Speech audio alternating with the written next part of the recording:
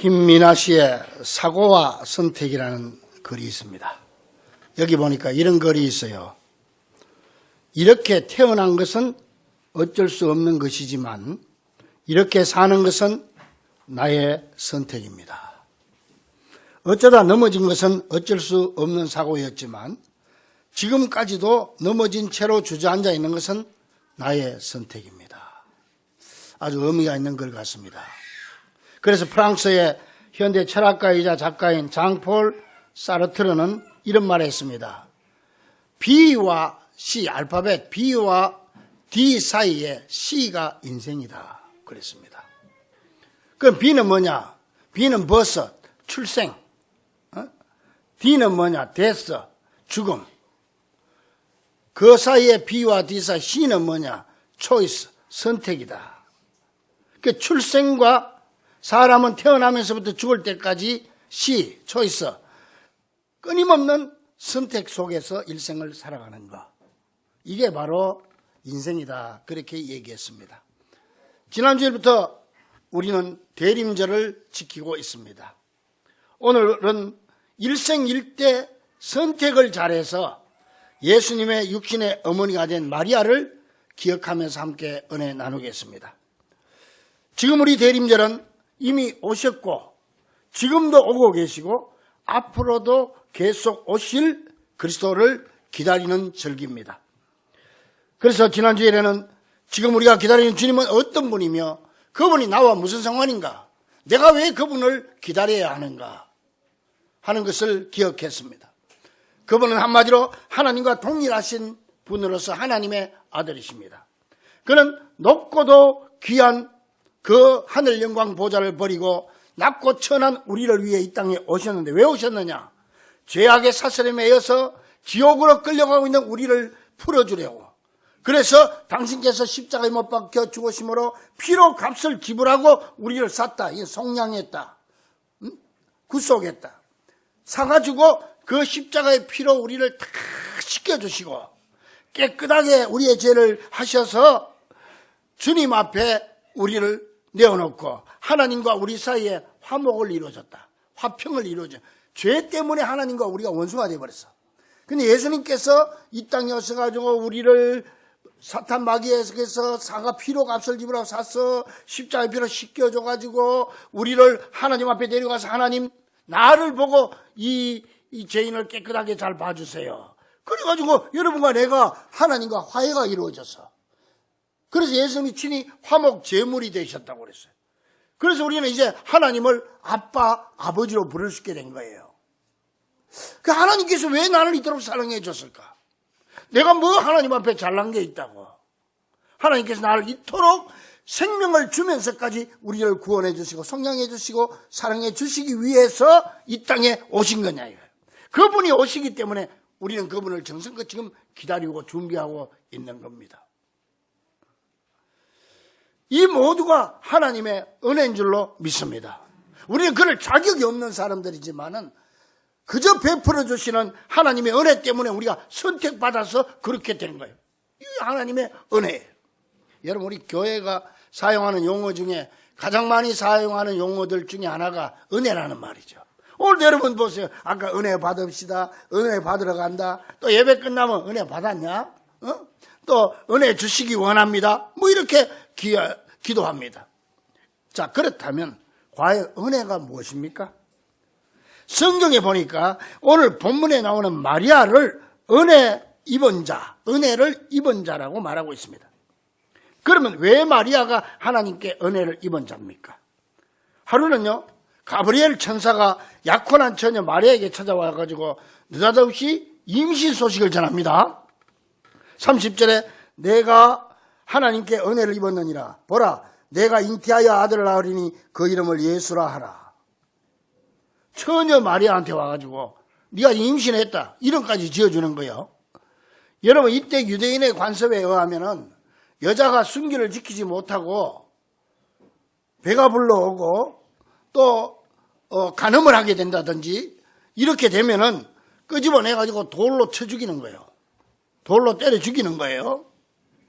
그런데 이 천사가 이런 엄청난 소식을 그리고 이렇게 두려운 소식을 마리아에게 전하면서 하는 말이 은혜를 입었다. 그래 얘기하는 거예요. 이건 뭐 마리아가 원한 것도 아니고 마리아의 의견은 전혀 아랑곳하지 않은데 일방적으로 그렇게 될 거니까 그렇게 알아라. 그 말이에요. 자, 여러분 보세요. 이 말을 들은 마리아는 얼마나 두렵고 당황했겠습니까? 응? 만약 그렇게 되면 내가 내 약혼자에게 파혼당할 거는 당연한 일이고 결혼 전인데 배가 불러오면 동네에서 쫓겨나서 돌에 맞아 죽을 건 뻔한 사실입니다.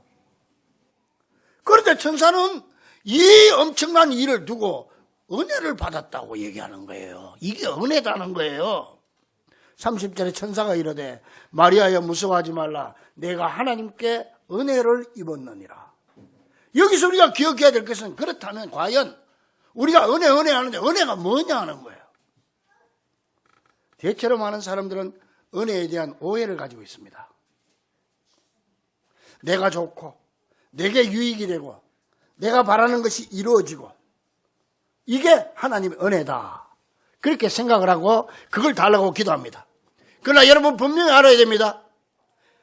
하나님의 은혜란 내가 힘들고 내가 편안하고 내게 유익이 되고 손해가 되고 내가 좋고 나쁘고 이거하고는 아무 상관이 없습니다. 즉 은혜란 그것이 좋든 싫든 내 기준이 아니고 하나님의 기준에 있다는 거예요. 은혜는 나를 향한 하나님의 뜻을 깨닫는 것이 은혜고 나를 통해 하나님의 뜻이 이루어지는 게 은혜라는 거예요. 믿습니까? 내게 손해가 되더라도 하나님의 뜻이 나를 통해 이루어지면 내가 은혜 받은 거예요. 마리아처럼 내가 죽더라도 하나님이 뜻이 나를 통해서 이루어지면 내가 은혜 받은 거예요. 죽는 게 은혜라는 거예요. 그래서 바울 사도는 내게 질병이 있는 게 하나님의 은혜라. 모든 게 다 하나님의 왜? 내게 병이 있어가 내가 더 겸손해지고 하나님의 말씀을 잘 전가할 수 있고 이게 하나님의 뜻이니까 나는 은혜로 받아들인다는 거예요.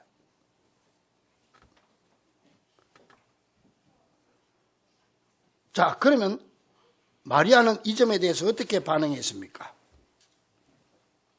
이 시점에서 마리아가 할 수 있는 대답은 세 가지입니다. 첫째, 안 됩니다. 나는 지금 약혼한 처녀입니다. 그런데 임신 소식을 세상 사람들이 알면 나는 돌에 맞아 죽을 겁니다. 그러니 다른 사람을 알아보세요. 이렇게 말할 수 있어요. 그 다음에 둘째, 이건 너무너무 심각한 문제니까 이 며칠간 좀 생각을 좀 시간을 주세요. 그렇게 얘기할 수도 있어요.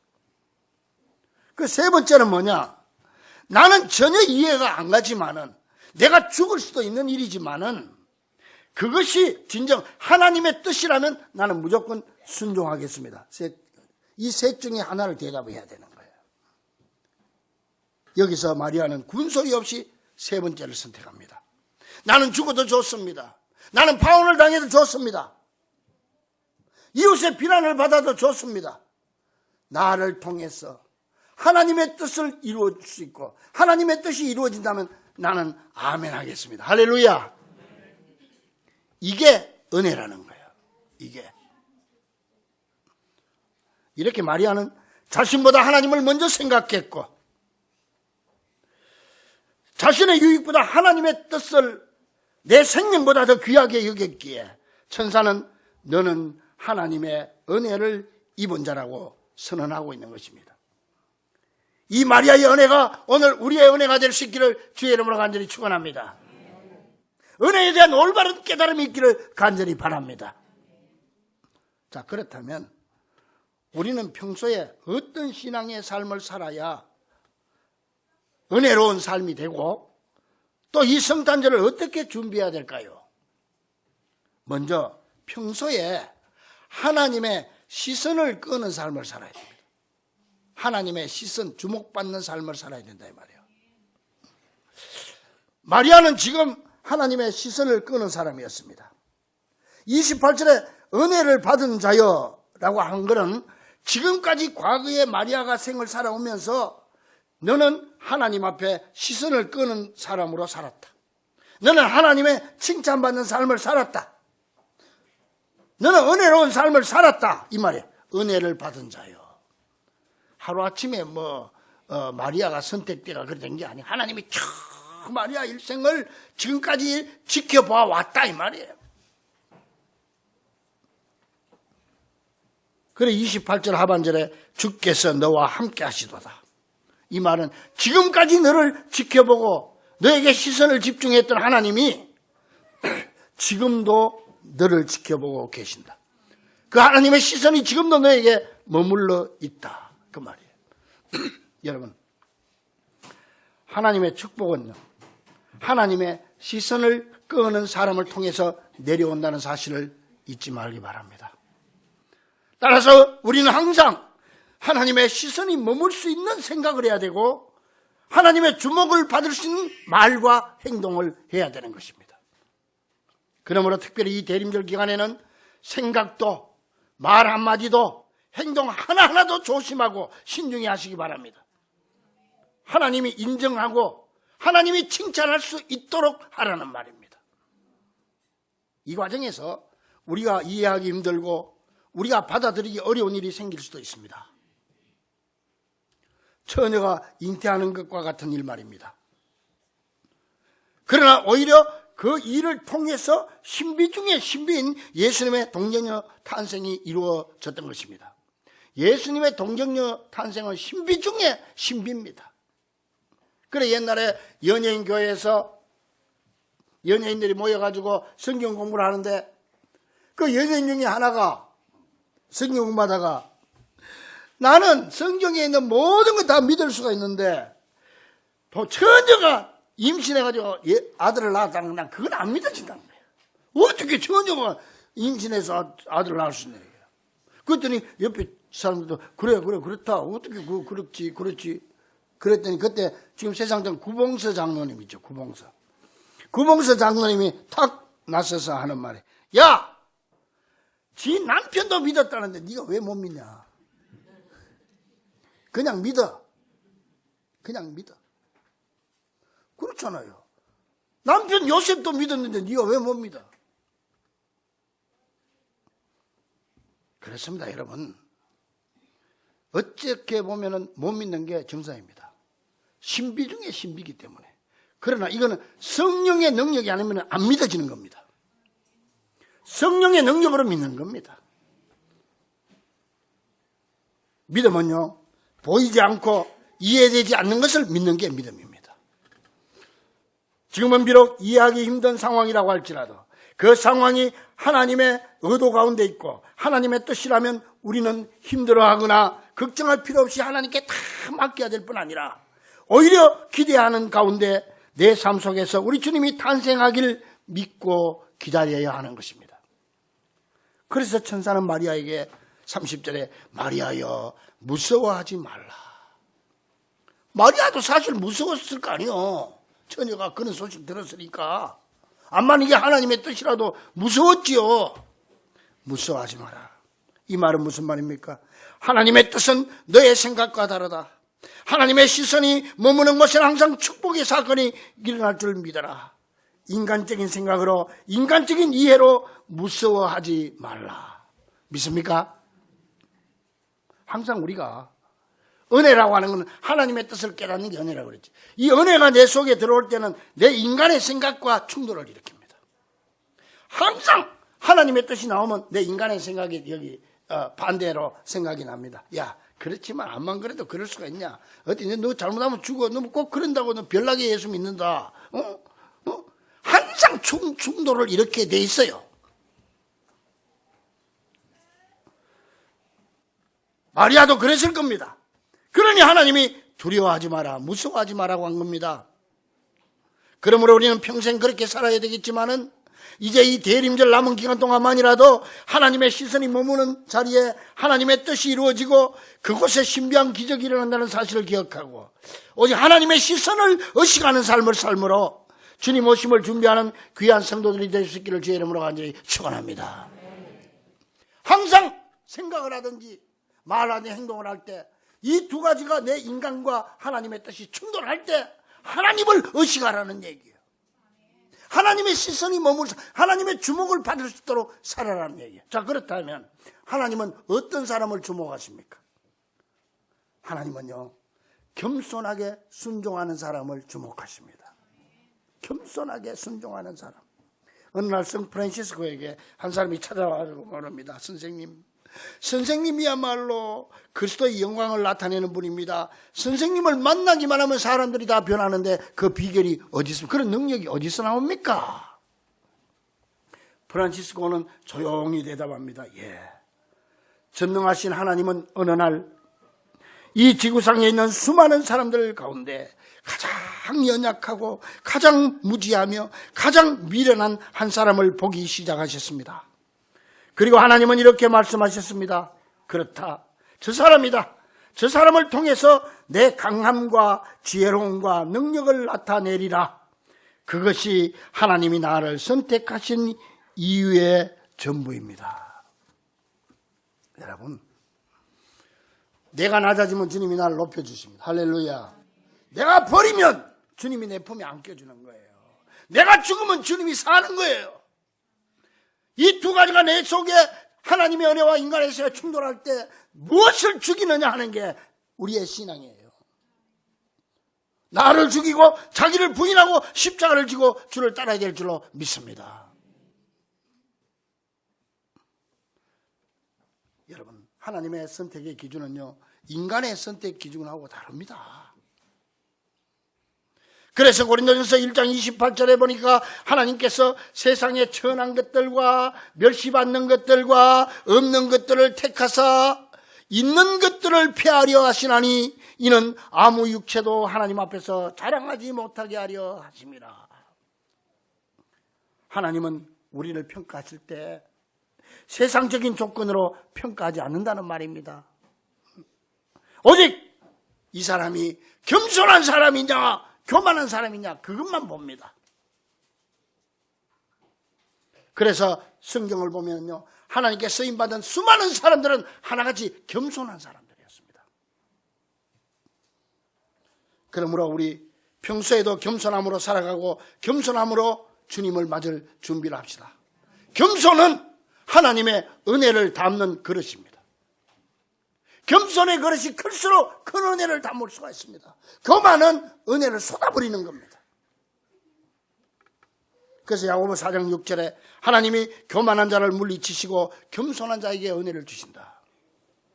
베드로전서 5장 5절에 하나님은 교만한 자를 대적하시되 겸손한 자들에게 은혜를 주시느니라. 그러므로 하나님의 능하신 손 아래에서 겸손하라. 때가 이르면 너희를 높이시리라. 이렇게 하나님은 교만한 자를 물리치시고 하나님 앞에서 겸손하게 순종하는 자를 주목하시고 은혜를 부어주시고 높여주신다는 말입니다. 예수님도 마음이 겸손했어요. 예수님도 당신 자신을 말하기를 나는 마음이 온유하고 겸손하다. 그러니 너희들도 나의 겸손을 배워라. 내 멍에를 메고 내게 배워라. 그렇게 말한 거예요. 그래서 예수님은 그 겸손함으로 가난하고 이름 없는 여인에게 찾아왔고 겸손함으로 이 세상을 살다가 겸손함으로 십자가 지시고 천국으로 하나님 우편에 가신 겁니다. 오늘 본문의 마리아도 겸손했기 때문에 하나님의 말씀 앞에 자신을 완전히 맡길 수가 있었습니다. 38절에 주의 여종연이 말씀대로 내게 이루어지이다.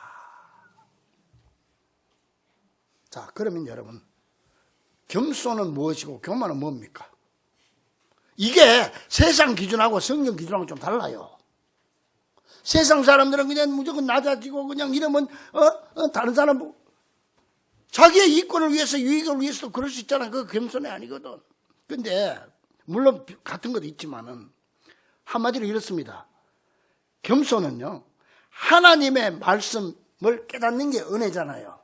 은혜라고 그랬죠? 그 은혜를 아멘으로 받아서 순종하는 게 겸손이에요. 하나님의 뜻을 아멘으로 순종하는 거, 이게 겸손이에요. 거꾸로 교만은 뭡니까? 하나님을 거역하고 하나님의 뜻을 거역하고 하나님보다 나를 앞세우는 거. 다시 말하면 두 가지가 충돌할 때 내 뜻을 따르는 거 교만이고 하나님의 뜻에 순종하는 게 겸손이다 이 말이에요. 우리는 겸손한 사람입니까? 교만한 사람입니까?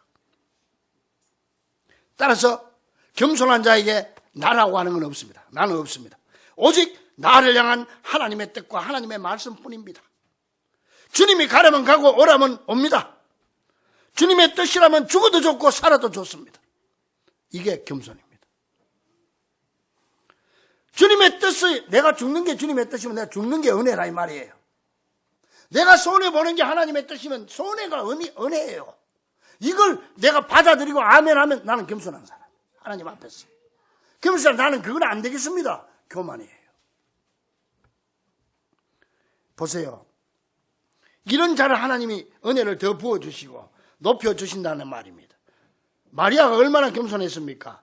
처녀인 자신에게 성령으로 잉태된다고 했을 때 그것이 하나님의 뜻이기에 무조건 아멘했습니다.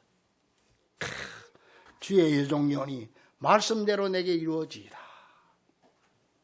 여기에 무슨 계산이 있고 여기에 무슨 인간적인 생각이 있습니까? 그것이 나를 향한 하나님의 뜻이기에 무조건 아멘하겠다는 겁니다. 내 그 다음 일은 하나님께 다 맡기는 거예요. 죽이든지 살리든지 하나님 알아서 하십시오. 죽는 게 하나님의 뜻이면 죽어도 좋습니다. 이 말 한마디에 마리아는 이미 파혼을 각오했고 세상의 모든 비난을 각오했으며 죽음조차도 각오했던 것입니다. 자, 그렇다면 여러분, 결과적으로 마리아가 파혼당했습니까? 마리아가 돌에 맞아 죽었습니까? 아닙니다.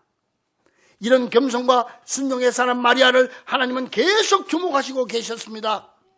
마리아는 28절에 은혜를 받은 자의 평안할지어다라는 말씀을 듣고 마음속에 있는 모든 두려움을 내던졌으며 주께서 너와 함께 하시도다는 말씀을 그대로 믿고 두 말 없이 아멘, 주의 여종연이 말씀대로 내게 이루어지이다 겸손히 순종했던 것입니다.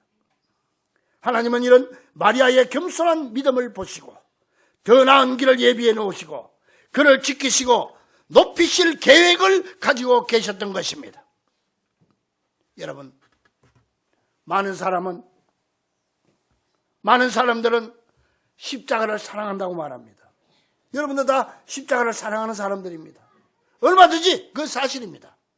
그런데 십자가를 사랑하되 십자가를 지려고 하지 않습니다. 십자가는 사랑하는데 내가 십자가 지는 건 거부하는 거예요. 나는 안 지겠다 이거예요. 그래서요, 우리 그리스도인들은 앞으로 미치고 뒤로 남는 사람들입니다. 앞으로 미치고 뒤로 남는 사람들입니다. 반드시 그 뒤에 하나님의 계획이 있다는 말이고 하나님이 세워주시고 높여주시고 채워주신다는 말입니다. 믿습니까? 사랑하는 우리 중부 가족들이요, 초대 교부 오리겐이라고 하는 사람이 이런 말을 했어요. 메시아가 마리아를 통해서 이 세상에 오셨지만 내 마음에 오시지 않으면 무슨 소용이 있으랴. 마리아를 통해서 왔는데 내 마음에 안 오면 나하고 무슨 상관이 있냐 이거요. 내 마음에 오셔야지. 마음의 빈방을 준비할 수 있기를 간절히 축원합니다. 이제 우리 결과를 미리 보고 따르려고 하지 말고 믿음으로 순종하는 마리아가 됩시다.